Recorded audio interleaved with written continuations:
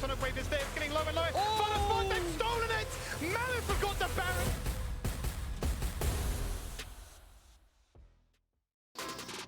Welcome back. It is time to jump on into match number 2 for the LCO, and it's Direwolves and Gravitas going head to head. We finally get to see what both these teams are made of. Gravitas bringing in the biggest roster the LCO has seen yet, and Direwolves, of course, they've got a bit of a change-up, and some people are putting them higher than, you know, in that top 5. Some people aren't putting them in that top 5. Really, you know, making it a bit of a question as to how they're going to perform this split, Skimmy. Yeah, I think there's a lot of parameters, at least from my own sense. The reason I put Kanga higher was because I believe they've got a proven track record. You know what you get from them. They've got very clear ideas of how they themselves want to present and play. So if you're a coach, you're basically going in and saying, I'm not going to try and reinvent the wheel. This is what we're going to work with. These champions, the style, let's play. So I feel like they should come out the gate, swing it a little higher. Whereas I think for the Direwolves, their upswing, their skill ceiling is a lot higher because there are a lot of promising rookies. We've seen the likes of Gudo, Kyose, and Frost in particular really dazzle individually in certain moments, even up against some very big teams like Peace and Pentanet last year. So I think those are players for the occasion. They're young, they're hungry, they're keen to impress, and a few more years, few right teams, coaches, whatever it might be, and we could be talking about them as being, you know, the front runners. We definitely could be talking about them. So let's talk about them a little bit more, because Direwolves, they have a very strong looking roster. You've heard Skimmy's thoughts on it. Rusty, tell me who these 5 are and why they're going to provide some victory here for Direwolves. You've got Zoranus top, Gudo jungle, Kyose mid, Frost's AD, and Bulldog as your support. I will be saying Bulldog like normal dog, no one will stop me. The reason that I think you should be excited about this team, and that is regardless of who their opponents are going to be, is almost exactly what Skimmy said. Expect some aggression, right? Expect chaos, expect high variance in their results early through the split until they find themselves, but know that these individual players have got star potential and that they are super aggressive and like to win lane, can 1v9 a lot of different situations. So there is a lot to look forward to with this squad, assuming that the coaching and that the playing staff takes them in the right directions as the split progresses, and that they have the risk to upset from day one. So where do you think is the strongest point for Direwolves? Is it Kyose and mid?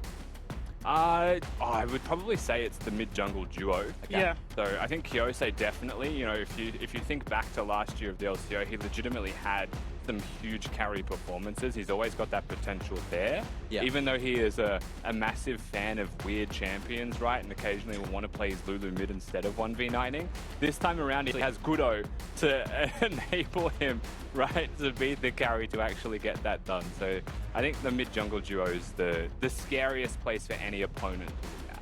Okay, now let's have a quick look at Gravitas as well and see which 5 players they're going to be bringing into the Rift for game number 2. Skimmy, take us through it. Yep, so in the top lane for them is going to be Tyron. Brought into the jungle is Foreigner. We've then got Dajong in the mid lane, as well as Thomas Shen returning from last year as their bottom laner, and Vixper as their new support. So this is a team that is primarily made up of the Gravitas grassroots team that played in some amateur tournaments, and you know, looking to try and get their chance to showcase that they deserve to be at this level. I'm very excited to see how, first of all, Gravitas can manage such a big roster to try and find the acquired synergies. We saw them dabble with that a whole bunch last year and try and figure out, you know, the strongest 5, but a great opportunity for some new rookies to come in and showcase their skills. Well, yeah, Thomas Shen, the only returning player, at least in this initial lineup that we are going to see for day number 1 of the LCO. So he didn't do too bad of a job. He showed what he was capable of, and he did have a whole lot of fans in Twitch chat, so we'll see if they get to return here as well. Well, Rusty, so if Gravitas are going to win, I know that you might not know a lot of the players here because there is a pretty big roster for Gravitas, but which way do you see them winning through? So the funny thing about Gravitas is, if you think back to the point I made about Mammoth, it's the exact same. This was a squad that played in Challenger together as 5 people primarily, right? Gravitas grassroots. They then applied to join the main roster as 5. So they did the yards, right? They did the time together, and then they tried to come up together, and they were ultimately rewarded for their efforts. So full credit to them. And you would expect that once again, a major result of that is their team play should still be pretty solid as 5. And the additions to the squad are LCO players, right? So they actually have that tenure there. They have a bit of extra experience to add. So that's what I would be looking at for them. And if I was to pick one person, Mac, that I would say look out for, it would probably be Foreigner. I think he has the highest carry potential on the side of Gravitas overall. Okay. So it's an interesting matchup to then look at, right? Foreigner up against Gudo in the jungle. Well, I guess we'll see if that does come to fruition. Someone that I think everyone should look out for is Kitty, who's not here, but now she is now. Kitty, hello. how you doing? Who do you have down on the sidelines for the pregame? We have Mr. Gudo and Big Spring on the side lane. Sidelines? Sidelines. Everyone. Hello. Hey. So, welcome back. Welcome back to LCO. We'll start with Gudo. One of the best rated rookies from last year. What's your goal with Direwolves for 2020? Sorry, you're just coming out, but what I heard is like, what is our goal from our team is like, definitely we just want to get Lich higher, like compared to like last year. Like, just firstly, we want to just work hard for the playoffs. After that, like, we want to Lich higher, and like let's see we can just win for the this split or not. Like everyone just like say we are underdog, but like we just want to prove ourselves more. Yes. You guys are definitely not underdogs in my opinion. So what have you learned in the past year from competitive? Past year I just like feeling respect to older like LCO professional player, and now it's like more big thing, which is like big players just coming back to OC to compete this like LCO. So I'm just quite excited. Like last year I was feeling nervous, but this year I'll be just confident. Well, good luck to Dialysis split, and Vix were on the side. So you were on Gravitas Grassroots last year, so how does it feel being promoted from amateur to LCO?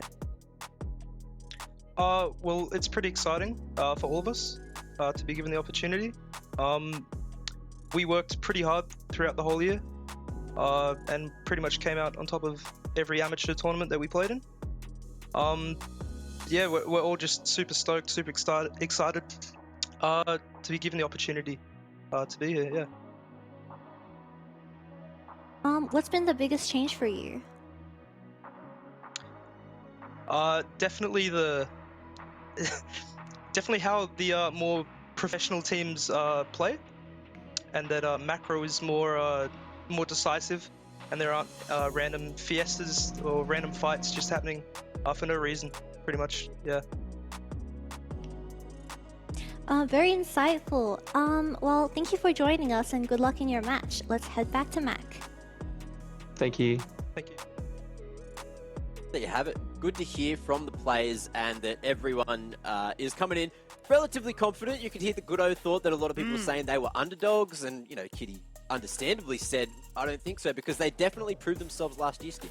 Yeah, I mean, what a difference 1 year makes. You know, you're looking at Gudo, this young, impressionable rookie player. Now he's coming in and saying, yeah, I felt nervous before, and then it's just another day in the office now. A whole year's gone by, and we're still hyping this guy up as somebody that could certainly break his way into like a top 3, top 4 jungler equation, right? We always felt like he was limited by the team he was on. So it's a case of nurturing a lot of this really promising young talent. I think Direwolves have done a good job at that.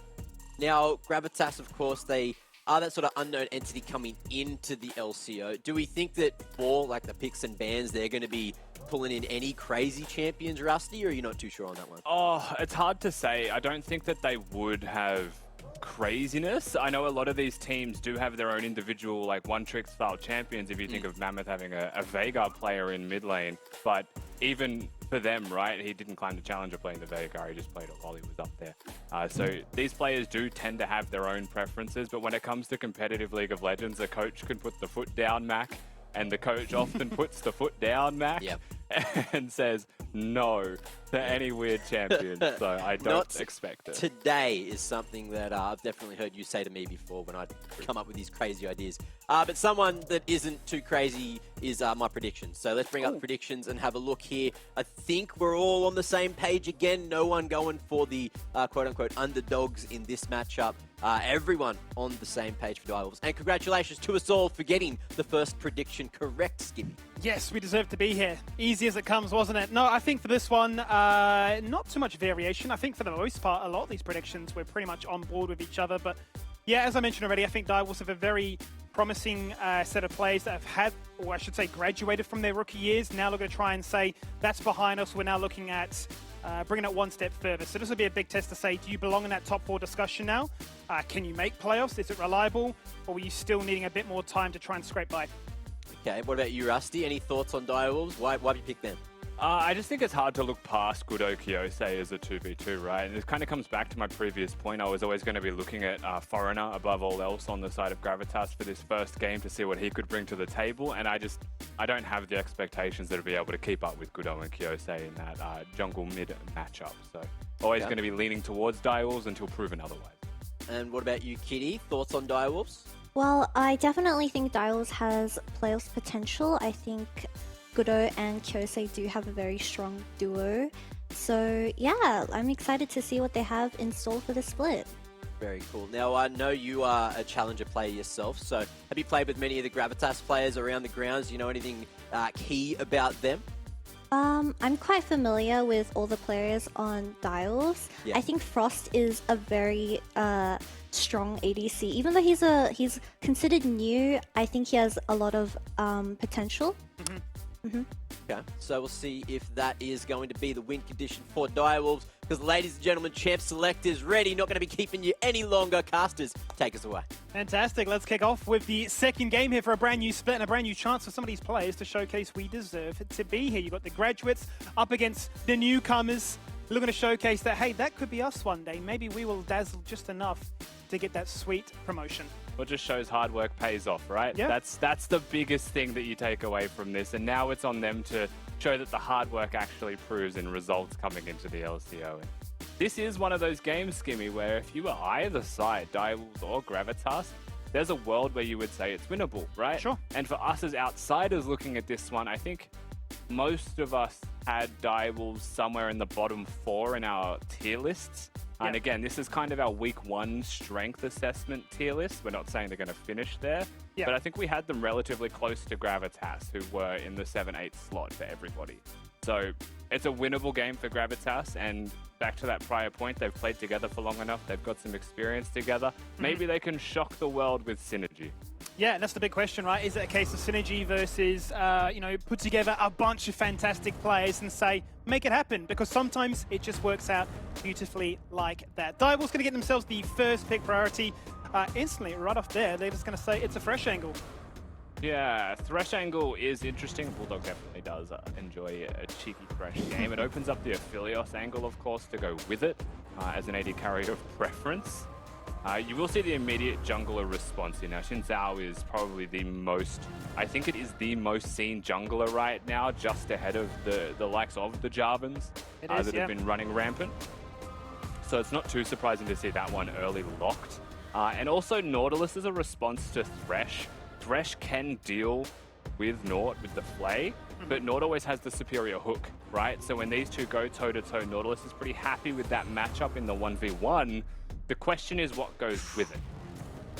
I'll tell you what goes against it, and it is the classic Thomas Shen jinx. He played 4 games of this last split, didn't have the most impressive win rate, 1 and 3, but it doesn't matter. He was a man possessed on a champion that is looking very strong currently. Lee Sin also going to come on through, which is another champion that springs to mind if you're thinking Gudo, initiation, engage, but more so than anything, mechanical mastermind. Showcase what you can do. Yeah, he's got the Lee Sin, he's got the Diana was the first big one that I think we saw from him, where he legit had that huge carry game and made a name for himself, stamped his name in the second split of 2021 LCO. Just waiting to see where Gravitas go with their third option. Nautilus is already locked in, Skimmy, don't make noises. It's not going to be it's a laning Yuumi angle. It's a mid-Yuumi angle. That's Aphelios this time around, and it's kind of like they've flipped AD carries. But Aphelios is, like we mentioned last game, kind of a standalone AD now, just works and is just good. And can kind of work in most situations as long as you're good at cycling your weapon. Certainly a champion that, even to this day, some people still don't quite understand, and I don't blame you. A bit of a complex one, but certainly once you understand it, it rewards you quite handsomely. Gwen Ganao going to be removed away, another champion that can offer you a fair bit of snip potential, much like the Graves, a pseudo-tank. If you think about the amount of immunity that they have, but just the raw damage they can bring to the table. I was going to say, Corky was still available until the second ban phase. We didn't see any picks because we matched our roles just so that no one was getting really hard targeted in the second ban phase. But Sure. you've got your control mages mid lane still worth looking at. So Kyose can play the Victor. He can also play the Aurelia or something of the likes into the Victor. So there's a bit of a risk there, a bit of a wild card with Kyose's champion pool in mid. Not sure where Dajung's going to go into that one just yet. But it is on the Gravitas side to lock in a fourth pick first. And if you were going to blind pick a role, I'd probably be picking top lane. And the fact that the bans are kind of mixed towards both means they're a little bit afraid. Yes. And it could be a Jace fourth or something of the likes with a TF ban there. Yeah, Twisted Fate banned away, obviously incredibly strong at the moment. There is the Jace ban, as you highlight, which is fantastic. I'm curious to see if they do go down that avenue of let's look at a top lane now, because if they do blind mid, I mean, Kyose is certainly one of those players that can punish you. Yeah, I mean, what do you pick now that is completely blind, that isn't a tank, that would have a fine laning phase? Gragas is literally the best, I believe, right now, blind pick top laner, regardless. Just in all situations, you can kind of pick Gragas fourth, and you're happy knowing that you have a good counter for mid lane, in this case for the side of Gravitas, so I like this pick a lot for Tyrant. Sure. You've got the Xin Zhao in mid for damage as well. All you're really needing, and the only limitation that Gravitas have, is that they need a high magic damage champion in mid for fifth pick. Yeah, they certainly do. As you've mentioned already, Gragas is probably the best blind pick for top lane in terms of absorbing pressure and even denying some of those 1v3 dives that might come around. There's the highlight, there's the Hobbit, and there's the lock in. Kyose gonna once again showcase us this LeBlanc. He played 4 games of it already and said, look, I can play the weird and the wacky, I can go the Ari Lux Zillion angle, but sometimes I just feel like carrying, and that's the champion to do it on. We've got the hover of the Vladimir as well. We'll wait to see it locked in. The LeBlanc being picked caters really nicely to Direwolves having a pick composition, right? So the Vladimir is going to be locked in. It is realistically just a scaling high damage option in top lane. I think this is Zoranus saying, there's no way a Gragas kills me. Sure. There's no way a Xin Zhao can gank me as well now that I'm the Vladimir. I'm really safe overall. Gravitas doesn't change, man. This is their pick from last year to this year. New faces, but same old Nah, but shaker. where is it going, man? Okay. Nah, but like, where are you putting the Shaco, man? Okay. Is it an AP Gragas mid and a Shaco top? Like... Laning Zen? Like, what are you doing, man? Let's lean back and ponder this one for a second as we try and comprehend what that might be.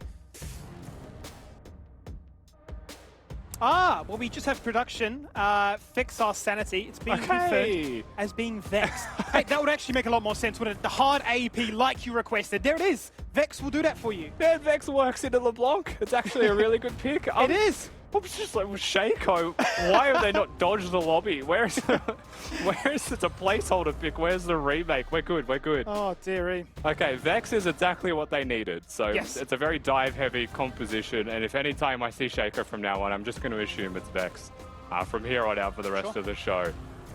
Yes, I mean, it's the latest champion, right, that's come into competitive. I mean, it feels like a world since all these new champions have happened over the off-season, but Vex is that one that's going to innately, with the Doom and Gloom passive, interrupt those dashes, conjure up a fear, be a nuisance, look to try and dive in with some resets of our own to match that out of LeBlanc and say, I'm you, but just better. Yeah, it's funny with how this matchup's going to play, though. The thing that still stands out to me, Skimmy, above everything else is that it was just a blind LeBlanc. And it's kind of like a Victor deterrent, if that makes sense, right? Sure. You pick LeBlanc, you say, I dare you to pick Victor, it's a free matchup, you kind of win the game. What kind of mages do you have? And I wonder if this is kind of a case of Gravitas saying, surprise, we have been playing Vex all along, right? And it was like a revealed pick. I think LeBlanc will be fine, but Vex is a team fight mage that scales. It has really good wave clear as well as she starts to get levels and can kind of run away with lane control where a LeBlanc really can't. Not as much, but certainly, if we know any person that's going to look to try and flex it and not really care about the matchup at all, it is that man as Kyose. Loading into the rift here for the second game of the LCO, as we get to see some new faces in Direwolves and Gravitas showcase their might once more. And as we do so, we get another chance to check in with one of our coaches who's actually returning this year. Used to actually don the colours of Gravitas. It's Poltron. How are you? Hello, hello. Good to be back. Thanks for having me. Yeah, great to see you back in the scene and, continuing your great work. Hey, I want to ask a simple question as we've condensed things down here. You joined the Direwolves as a coaching package, it looks like, with Alexis, alongside Kyosei as well. So the three of you have come over. What can the fans really expect of this team? Well, I think our skill ceiling as a team is honestly very, very high. I do think the first 4 or 5 weeks we're going to spend time ramping up, but definitely towards the end of Split 1, I do think we can contend with the top 3 teams, take some wins off, Pantanet, Chiefs, Order, really make our mark. For sure, and a similar sentiment that I share myself. And finally, before we do jump into the action to avoid any first blood misses, is there anything you want to say out to all the Direwolves or even just the LCO fans in general? Keep supporting us. We really appreciate it, and we'll do our best to give you a good show. Fantastic, mate. Appreciate your time as always. Wish you boys the best of luck, and we'll catch up soon. Thank you. Catch ya. Always nice to see, similar faces return in different areas, but the fact that they've come together as this package, I mean, surely, Rusty, having a coaching background yourself, it must be nice to have another person on board with the same ideas of what you're looking to try and push forward. Oh, absolutely, especially in a coaching role, right? If everyone's aligned with your philosophies, your goals, anything that you have going on, it's crucial, right, for the success of your team.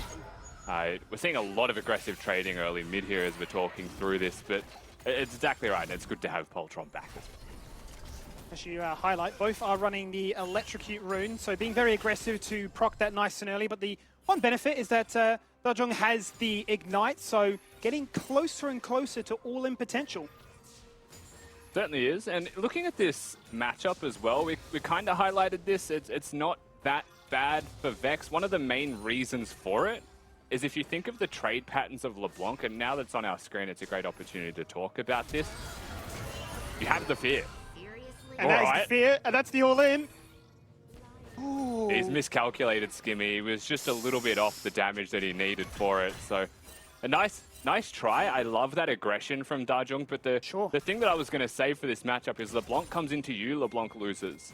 So this is one of those moments where you've kind of revealed your hand. You've actually just used Flash Ignite for a non-kill into a teleporting mid lane opponent who gets to come back with full health. So this lane actually goes back to even realistically from the lead that Dajong got in the 1v1 from the champion matchup. Wouldn't that have been an opener, a welcome invite to say I am the new man on the spot. I've come from grassroots, I'm now playing in the big leagues, and you don't really intimidate me. Exactly what you want to see, Skimmy. You want killer instinct, right? And remember, you're against such aggressive mid-junglers. If you're not being aggressive, then what are you really doing to win this game? Knowing that they could have such high variance, you want to expose them when they make those errors, kind of force them there. So unfortunately for mid, like we highlighted, it kind of goes back to even, if not a little bit favored for Kyosei overall. Looking towards bottom, like we said during draft phase, you kind of look at the Nautilus into Thresh matchup and say it goes Nautilus's way. Thresh can still weather the storm, but it is always going to be more Nautilus-centered overall. Jungle matchup is kind of a wash. Both just do really high damage to each other, so it's about who gets the jump. As per usual, I feel like I say this every game, Skimmy, with junglers. It's just the way that they go. Top lane is the one place that we really need to kind of just keep tabs on, because you'll always see Gragas top laners, right? And it depends on how good the Gragas is, it feels like, as to how the lane goes.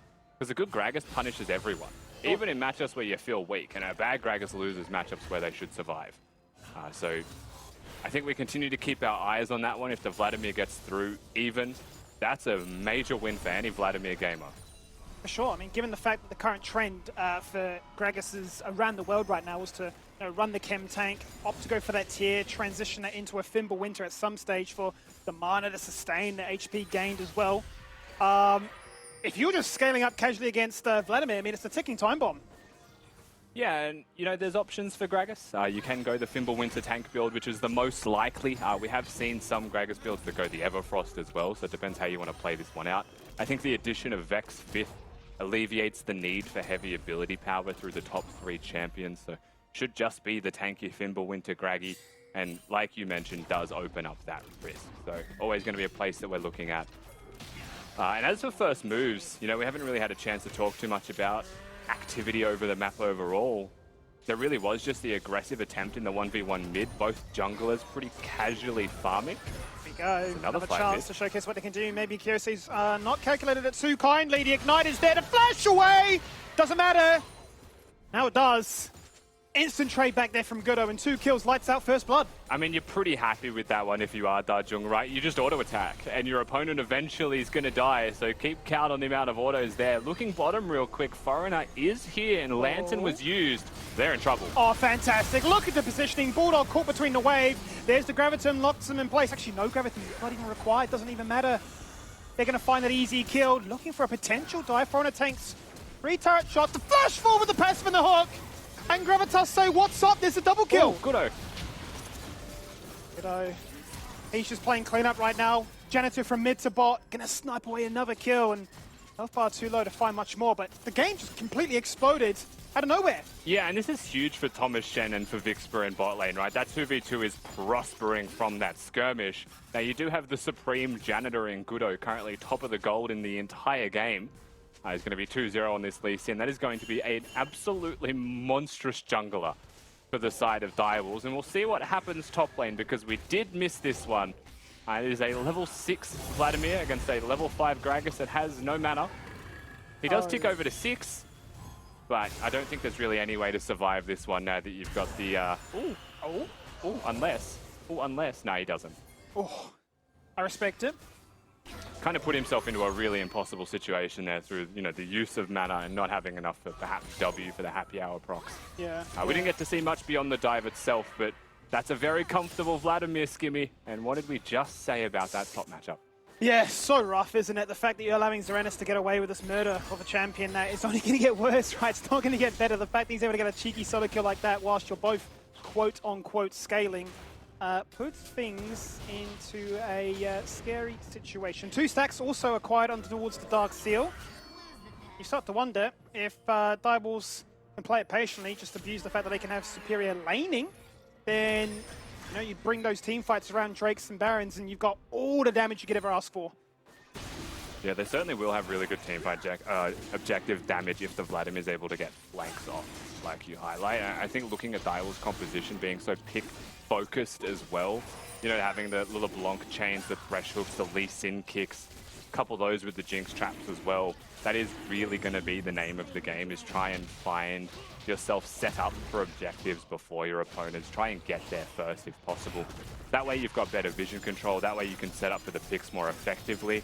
But Gravitas are pretty comfortable just ramming their heads into their opponents. And if necessary, going full smooth brain gaming. Nice hook. Ooh, max range on the hook. 1 turret shot's going to come across. Done. It doesn't matter. It just does not matter. Bulldog picks up the kills. A shutdown as well, given the fact that Thomas Shen had those 2 kills spoon-fed towards him. And you're thinking that's the dream setup with the chakrams. Take down these plates, get it to half, but Direwolves are bitten back. My dude just got hooked. It's just that simple. Bulldog strokes the beard. He's real happy with that one. Job well done. Nice little hook and nice little setup, and it's just clean. Not much more to say beyond that. Shadow Surge, That was not way gonna off. connect. I mean, it has a long range, but not enough. Maybe when you can just distort away. Wasn't that like even out of range of the distortion, though? Oh, certainly away from where the distort was going to, yeah. It's not that long. Give enough notice to a LeBlanc, I'm sure she'll be able to dodge it. Regardless, that was an ult attempt used by Vex in mid lane. But a gloomy Dash Mage is not going to be able to find it this time around. There was a hover there from Foreigner, so if it hits, Fear's on, there was high kill threat.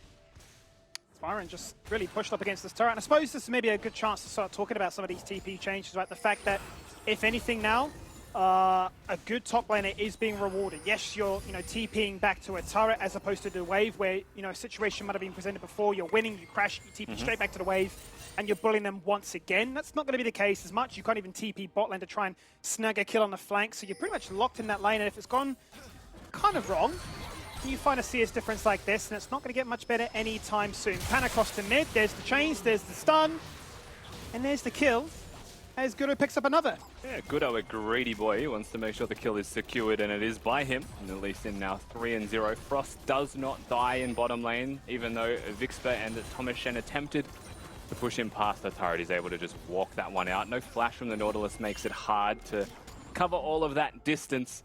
But you've got Foreigner here. Gudo on a flank with Kick. He doesn't know the Xin Zhao's here yet. He's looking for it.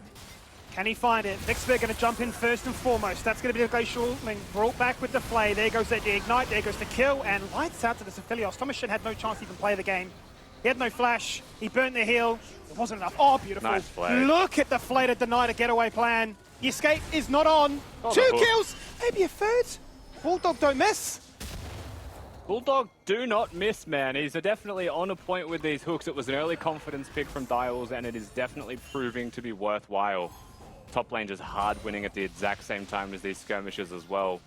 And just clean, right? Like, it's one step extra from Direwolves that is the difference. It's the LeBlanc coming down because they've already killed mid lane. So they've earned the right to win this team fight, and Gravitas have not earned the right to take the fight at all, right? This is pretty illegal on their end. Vixper tries to kick it off by hooking the 3-0 Lee Sin, who's now 4. Go back to live. Flash has to be burnt. Respect is shown. Shadow Surge goes across. Oh, and misses the hook. He's going to jump on in, looking for the feed. The passive wasn't there. He gets punished. He dies as a result. That's tragic.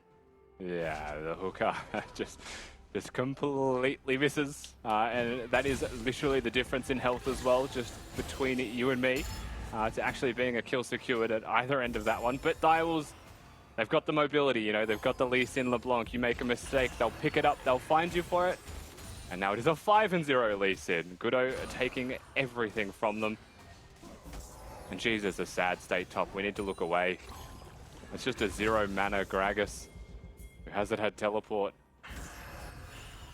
I said look away. How have you managed to do that? All right, man. Zoom in. All right, man. Amplify. Oh, sad times. I'd be curious to see how many of those grasp stacks he's actually been able to achieve as a result. It looks like he's always no matter whenever we check in. He will go back to base and be able to pick up a chem tank at least, and perhaps make his life a little bit easier in trading numbers. But I feel like I've seen this game before come from Gudo. You mentioned already the Diana performance. The one that stands out for me was against Peace, where it went like, what, 45 minutes? He was like basically Astro smurfing. They were just unable to close out the game and get the win, force the upset. But 5 kills like this, very strong Lee Sin. No, I do remember the game you're talking about. That is absolutely the one that I was thinking of when I think of Gudo and his best performances. That may have been his first game, or thereabouts as well, in the LCO. Just trying to remember back to that one. Nevertheless, he's obviously still here and definitely still improving as time passes. Foreigner still looking to draw a line in the sand here, though. You've got the Infernal Dragon up and ready. And Gravitas, they want to fight for it. No teleport, but Tyrant already here. So Dire will probably give and try and steal only. In they go.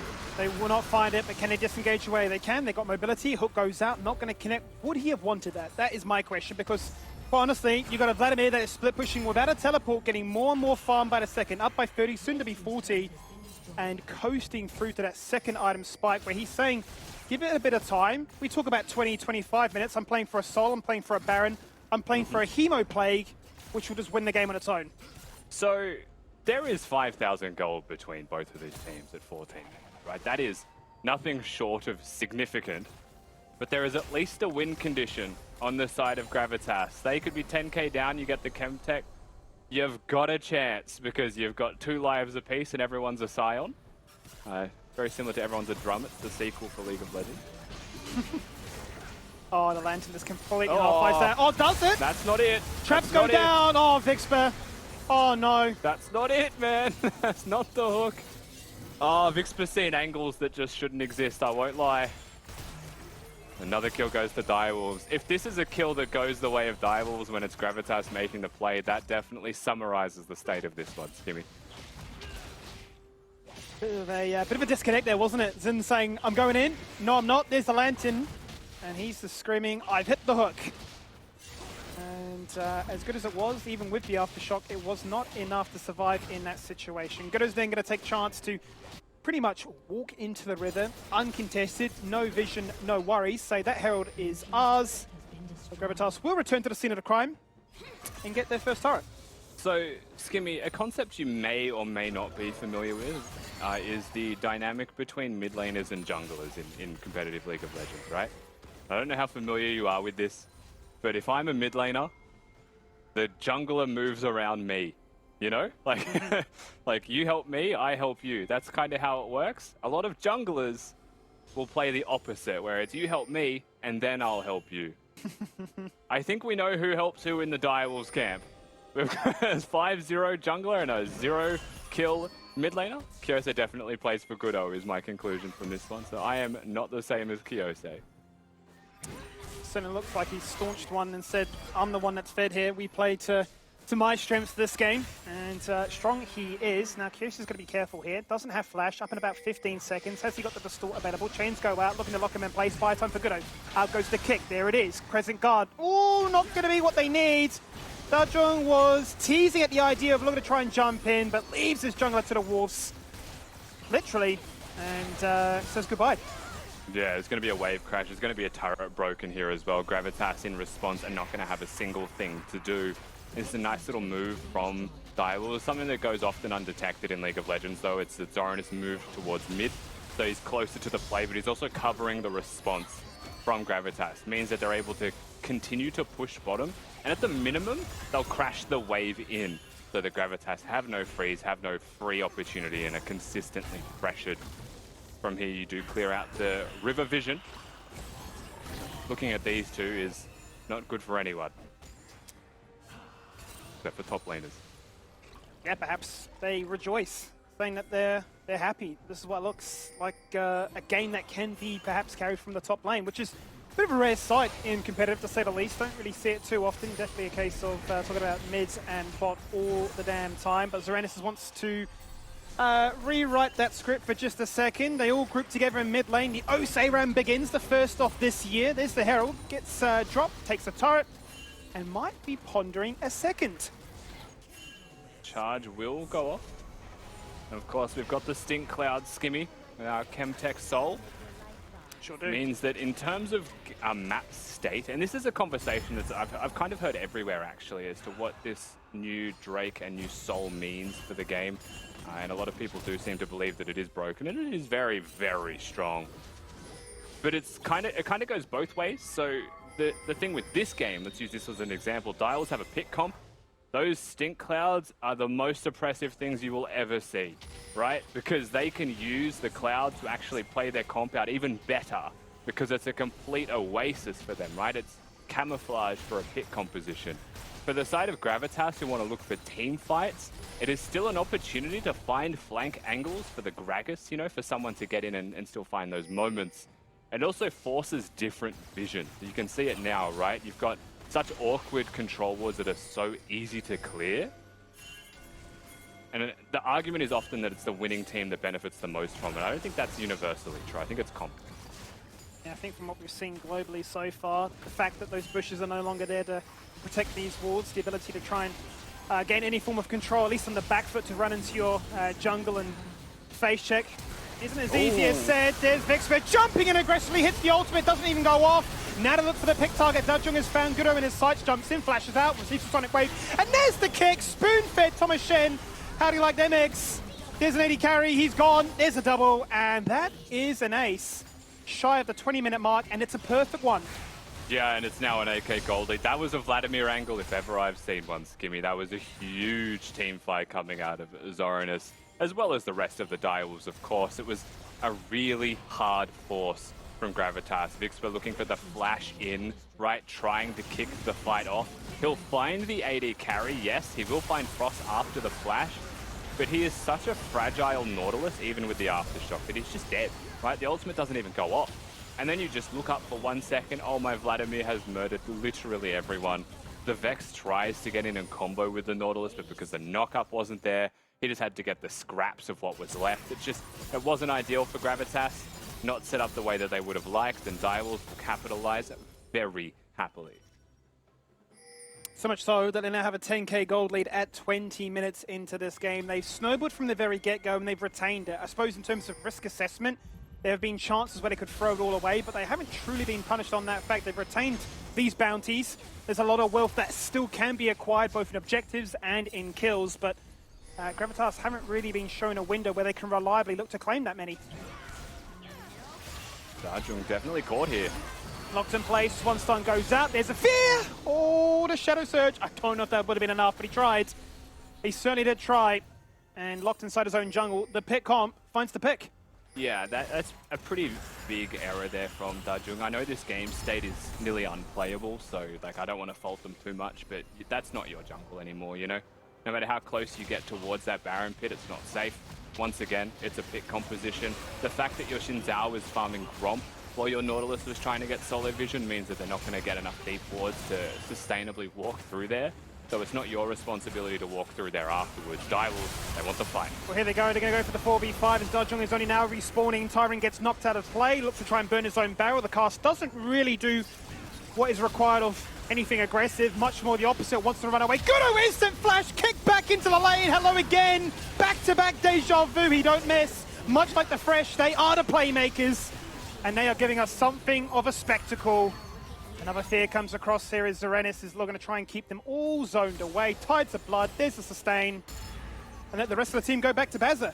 That's it, right? Push the mid lane. There's no way that those two that are left alive in a Vex and a Nautilus are going to be able to stop you. So you just staunch them off completely, just broaden up those shoulders, be drag coup for a hot minute, and just push them away. That is going to be a Baron secured. That 10,000 gold lead fighter. This is another team fight that accelerates. This game is completely unplayable from this point out for Gravitas. Even if it was difficult before, it's nigh on impossible in every conceivable manner now. As you can see, Gravitas, they at least get to the river, right? And they've got Kyosei chunked, so the flank wasn't going to be there, but it's as simple as Lee Sin hitting a Q, and then he's just done. Thomas Shen gets kicked back over the wall, Jinx gets resets. No such thing as a team fight this far down if Jinx gets a reset. And Zarenis is just going to play them all for fools over here. You cannot touch this Vladimir. He is unstoppable. Certainly is at a 404 scoreline as well. Only 3 kills found this game. It's a bit of a stomp. 19-3 is the scoreline. The gold matches that. The Dragon was never even a priority for them. They had their sights set elsewhere.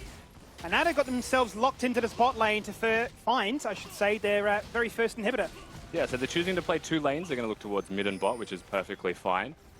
No teleports other than Kyosei, so the LeBlanc is going to be on that flank angle, which is really oppressive, actually. Having a LeBlanc on the flank, especially in a winning situation, she just comes over the wall, pokes your carry, that's half her health gone, right? And it doesn't necessarily matter about sinking those waves and actually having them match up to push the turrets. The damage that you deal probably adds up to be more than enough anyway. Still sink the waves if you can, though. It's good practice. Well, he is. There's a bit of an art form to it. 1-4 continues. Tyron, the only one stepping outside the base right now, posturing aggressively, potentially looking at the explosive cask, which either gives you the dub or... Well, that's it. Fast enables the FF command in your chat bar. Let's see what happens, though. They break the base. First inhibitor being threatened. Super Mega Death Rocket goes out, but it's not an execute. Vixburg can return to the fountain, just a hop, skip, and a jump away. But that zoning is allowing him to quite easily just move straight through the mid, potentially find a pick as Tyron is now outside the base, a little bit too deep, but thankfully he can just body slam away. Yeah, that was actually really nice from Gravitas. So they caught Direwolves tripping. They weren't there putting Baron buff on the mid wave, so they actually collapsed on it. They killed it as fast as possible, and they did actually clear all 6 minions before Direwolves got there to reapply that buff. They will be losing a Drake for this, and it just buys an extra, 30-odd seconds for the side of Gravitas for this Baron to dissipate and for them to continue to farm pretty happily, as the only happiness they will find in League of Legends right now, Skimmy, is through the murder of minions. There's really nothing else.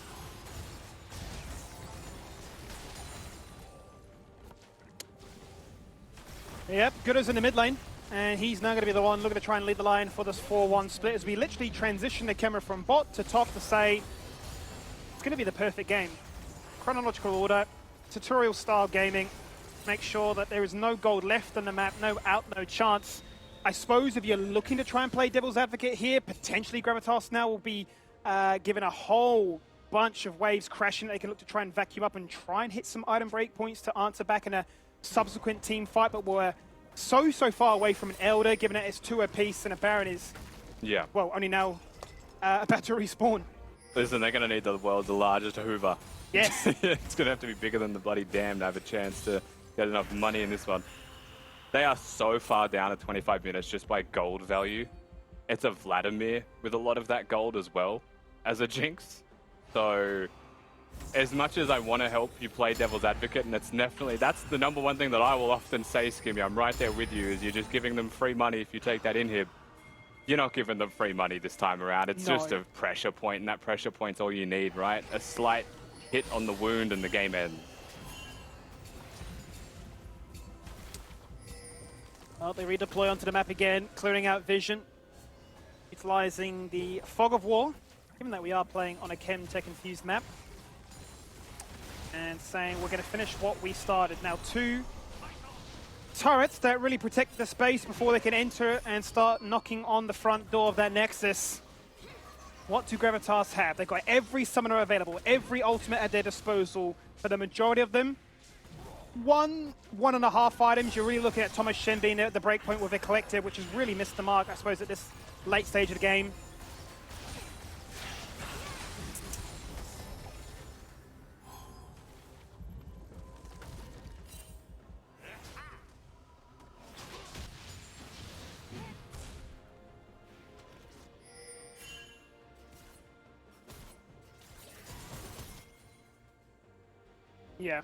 Yeah, and I'm curious to see if they can, sort of act on those impulses of saying, you're ahead, we understand that, you've got a huge CS lead as this Vladimir, and you don't have TP. Can we find a moment when that TP, isn't available, because it's simply not there to force that fight? Is the confidence, is the shot calling, is it enabled enough that you can look to try and find yourself an out at such a significant disadvantage?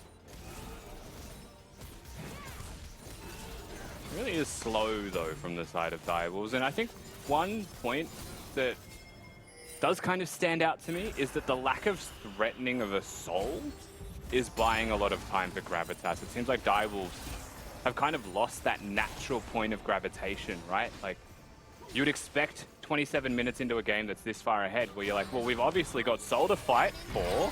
Here we go, Shadow Surge in, looking for the one-shot on Security. Just not enough damage right now. He's got a Shadow Flame, but it wasn't enough. The crown was cracked, it was shattered, it was broken, but not enough to wipe away the tears of LeBlanc that can just walk away.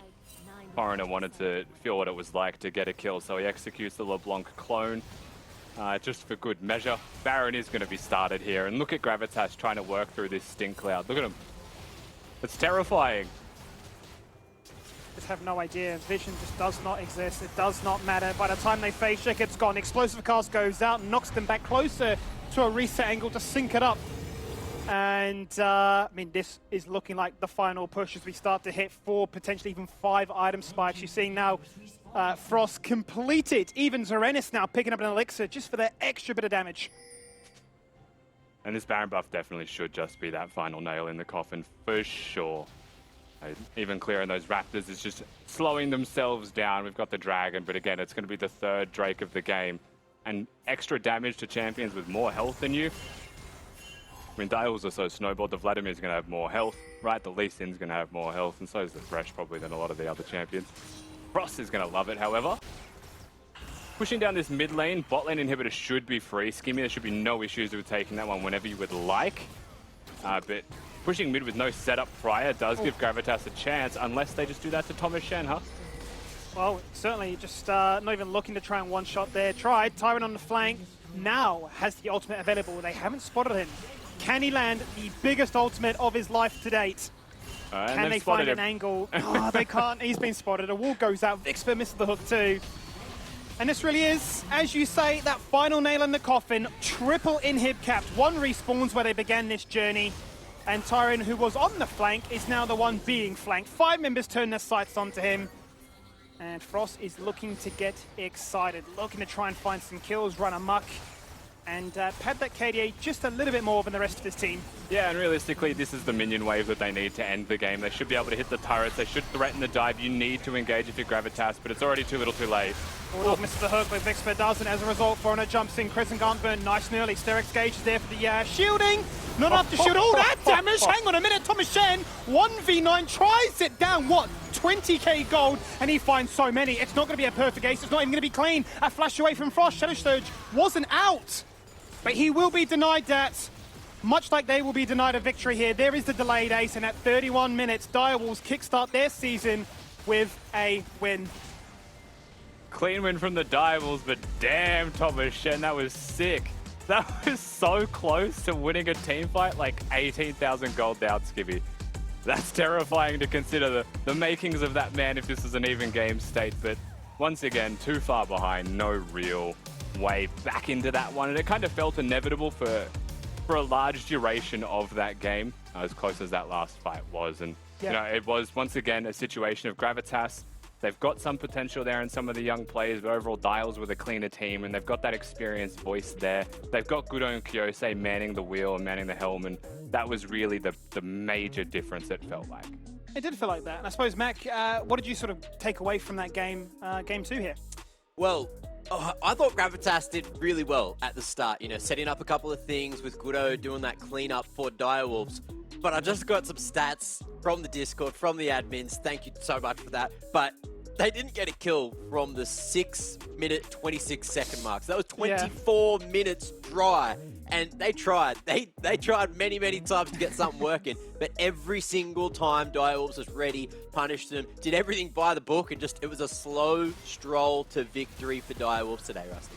Yeah, it definitely felt like that, and it did slow down a lot, Mac. You're absolutely right, with emphasis on that word. And a lot of this started through a lot of bottom lane focus, right? It was pretty clear that Bulldog is definitely a bull god, as he has been labeled as. Has been hitting all of those hooks, and in stark contrast to that, it felt like the nerves perhaps got to Vix for a little bit. This was one of his better hooks, but they were already so far behind at this point, right, that it was kind of like that last-ditch effort team fight. And if you fall behind against a Jinx, against a Vladimir as well for that measure, you really are going to have a hard time team fighting, even though it is a pick composition. So Gravitas unfortunately start on the wrong foot, and they needed to start on the right foot if they wanted a chance to win this game. And I'm not sure on the exact amount of assists Bulldog had at the end of the game, but I'm thinking he's rocking towards that sort of like 75, 80% kill participation for this game, because look, he had 15 going into like 20 kills. That's 75 right there, and I'm sure he's got a couple more happening in this last fight. That explosion, it just turned my head. I popped off. I was like, oh, what's going on here? Is this going to turn? And it didn't. But it almost did, and that is why we watch the LCO, for exciting moments like that. Anyway, having a quick look at the stats at the end.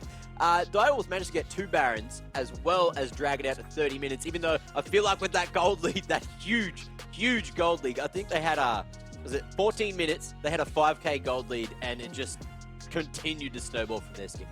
Yeah, by 20 minutes it was 10k, and it just kept growing exponentially at such a crazy rate that, you know, you're looking at this team and saying, maybe there is the confidence that Gudo mentioned in his interview there with Kitty, that they are, you know, sure, rookies that were of old, but they've come into the squad and understood that the assignment is, we don't want to be branded by that anymore. We want to showcase that we deserve to be higher up these power rankings, that what is the initial impression from the get-go of the LCO may in fact turn some heads by playoffs time.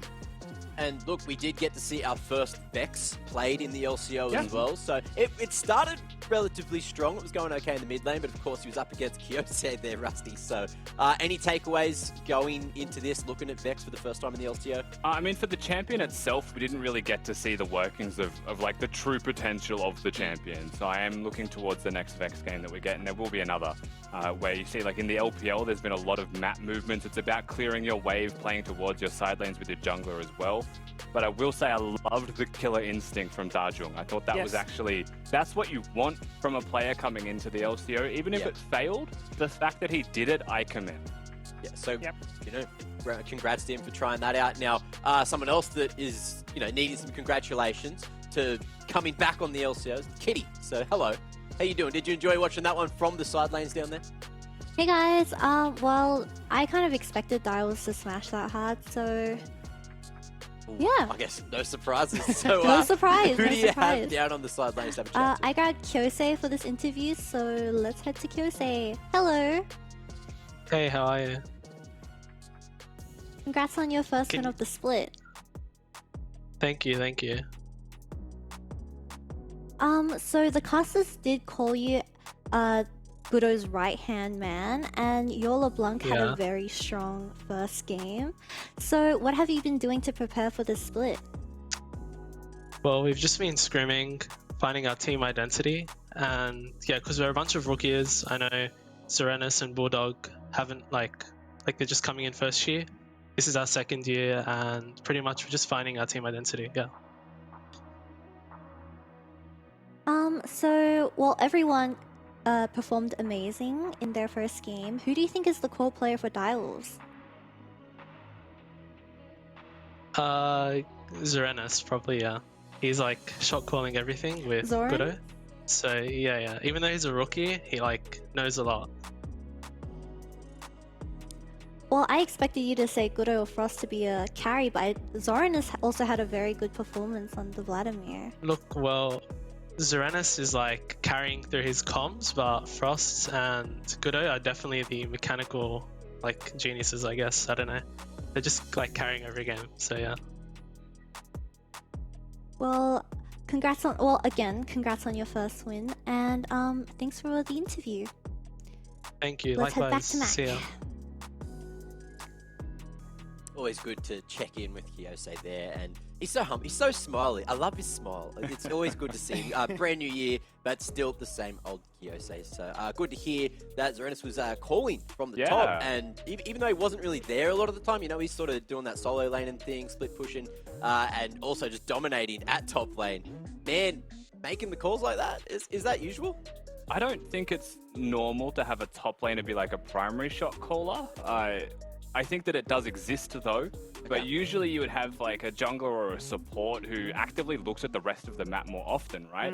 Because they would, in theory, have more information to do the shot calling. But listen, if he's good, if he's shot calling and he's solo killing, why would you ever stop him from doing it? Exactly. No one can stop what is coming at you, especially when there's a janitor like Gudo in the server, who was the player of the game, coming in clutch with a whole bunch of kills there, 7-0 and 12, and 79% kill participation. That is huge. The 18% damage share isn't, you know, super crazy, but the man was always there, able to hit the skill shots that were necessary on the Lee Sin just to clean things up, Skimmy.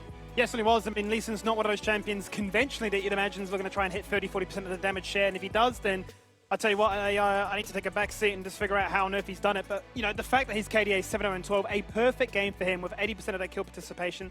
It starts off as a janitor performance, but it ends with him showcasing, I don't just clean up, I actually make the mess in the first place. I'm kicking you over walls, I'm taking you out of position, I'm getting you tilted, and I'm telling you in all chat, go next. Oh, well, I hope he didn't do that, because that would be bad sportsmanship. He probably didn't. He's probably too nice. Yeah, well, if you tell people go next in chat, you know, that's probably really mean. So turn all chat off. I think, weren't they doing that anyway? Either way, we do have from the fans back again. Someone has submitted some fully sick content, which we are going to have a quick look on the screen. Oh, of course, it's Dave O'Erlo. Welcome back, friend. One of our favorite content creators on the Twitter sphere from last year. He's back. And day off, bottle of scotch, and LCO. Good start to the week. Let's go, lad. So he's having a good time. Ooh, Nintendo 64 and Super Nintendo there as well. Not too bad. Rusty, you're good friends with Davo, right? He's one of your best mates, isn't he? Yeah. All he does is give me shit. It's been doing it for years, mate. It's been doing it for years. So I'm not surprised he's back, because it just seems like I'm prime real estate to call out for things, Mac, lately. Well, it looks like he's back for another year of hanging shit on you, Rusty. So I hope you're bloody prepared, because it's only just beginning. Now, if you guys want to make sure you don't miss a damn broadcast, you want to get those Twitch notifications, make sure you follow on Twitch. Make sure you're here. And I'm pretty sure you have to be following to do any of the predictions with your Twitch points anyway. Use those Twitch points on more predictions. Get heaps of Twitch points. But also, if you're not following, then what are you really doing? Because you're not going to have it in the sidebar. You're not going to be able to see when we're live with all of the LCO action. So smack that follow button and, you know, we'll see you here more often, hopefully. I think that's the whole point of it, right? Roughly, Yeah. Skimmy? Yeah, exactly. I mean, you get me hyped, so then I can deliver the hype, then go down the line. And you know, this is the way it's going to work, right? So, like, you get super hyped, so I can do my play-by-play justice. Rusty's like, oh, I'm not feeling too well, but then he gets hyped as a result of me being hyped, and then it goes all the way down to Kitty, who gets so hyped that these interviews are sick that we're all smiling, all dancing, and we're getting all the follows. Yeah, and it's all about the hype at the end of the day, but we do have one more game, well, two more games, but one more big one to get to, and that, of course, is going to be coming up not too far after the break. So, ladies and gentlemen, Order and the Chiefs are going to be going head-to-head for what I'd say is the game of the day. At least in the back foot to run into your jungle and face check. Isn't as easy as said. There's Vixbit jumping in aggressively, hits the ultimate, doesn't even go off. Now to look for the pick target. Dajung has found Gudo in his sights, jumps in, flashes out, receives the sonic wave. And there's the kick, spoon-fed Thomas Shen. How do you like them eggs? There's an 80 carry, he's gone, there's a double, and that is an ace. What is required of anything aggressive? Much more the opposite, wants to run away. Gudo instant flash, kick back into the lane, hello again. Back-to-back deja vu, he don't miss. Much like the Fresh, they are the playmakers. And they are giving us something of a spectacle.